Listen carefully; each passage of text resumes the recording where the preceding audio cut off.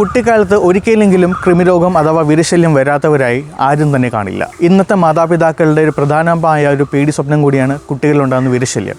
അതിന് കാരണം എന്തെന്നാൽ കുട്ടി രാത്രി എഴുന്നേറ്റ് നിന്ന് കരയുന്നു, മലദ്വാരത്തിൽ കുട്ടി അമിതമായി ചൊറിഞ്ഞ് മുറിവുകൾ ഉണ്ടാക്കുന്നു. ഇതെല്ലാം ഒരു പീഡിയാട്രീഷ്യൻ്റെ അടുത്ത് മാതാപിതാക്കൾ സ്ഥിരമായി പറയാറുള്ള പരാതികളിലൊന്നാണ്. ഈ കൃമി രോഗങ്ങൾ കുട്ടികളിൽ എങ്ങനെ വരുന്നു? പലപ്പോഴും മാതാപിതാക്കൾ പറയാറുണ്ട്, ഞാൻ 6 മാസത്തിലൊരിക്കൽ കുട്ടികൾക്ക് സ്ഥിരമായി വിരയിളക്കാറുണ്ട്. എന്നിരുന്നാലും 2-3 മാസം കഴിയുമ്പോൾ ഈ വിരശല്യം കുട്ടികളിലേക്ക് വീണ്ടും തിരികെ വരുന്നു. ഈ വിരശല്യം കുട്ടികളിലേക്ക് എങ്ങനെ കടന്നു വരുന്നു എന്ന് നോക്കിക്കഴിഞ്ഞാൽ ചോക്ലേറ്റ് ഉപയോഗം അല്ലെങ്കിൽ മറ്റ് മധുര ആഹാരങ്ങളുടെ അമിതമായിട്ടുള്ള ഉപയോഗം തന്നെയാണ്.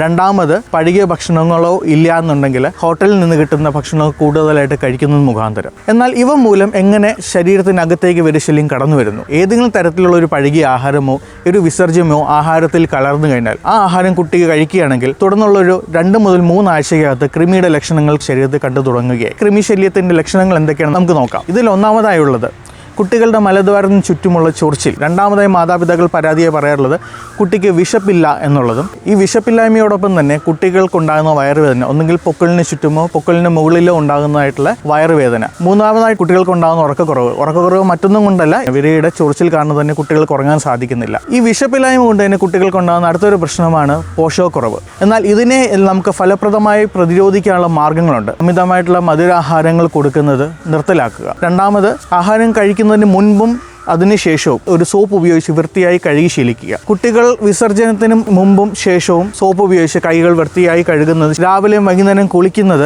ശീലമാക്കുക. പാകം ചെയ്ത ആഹാരങ്ങൾ ചൂടോടുകൂടി തന്നെ കഴിക്കുവാനായി കുട്ടികളെ പ്രോത്സാഹിപ്പിക്കുക.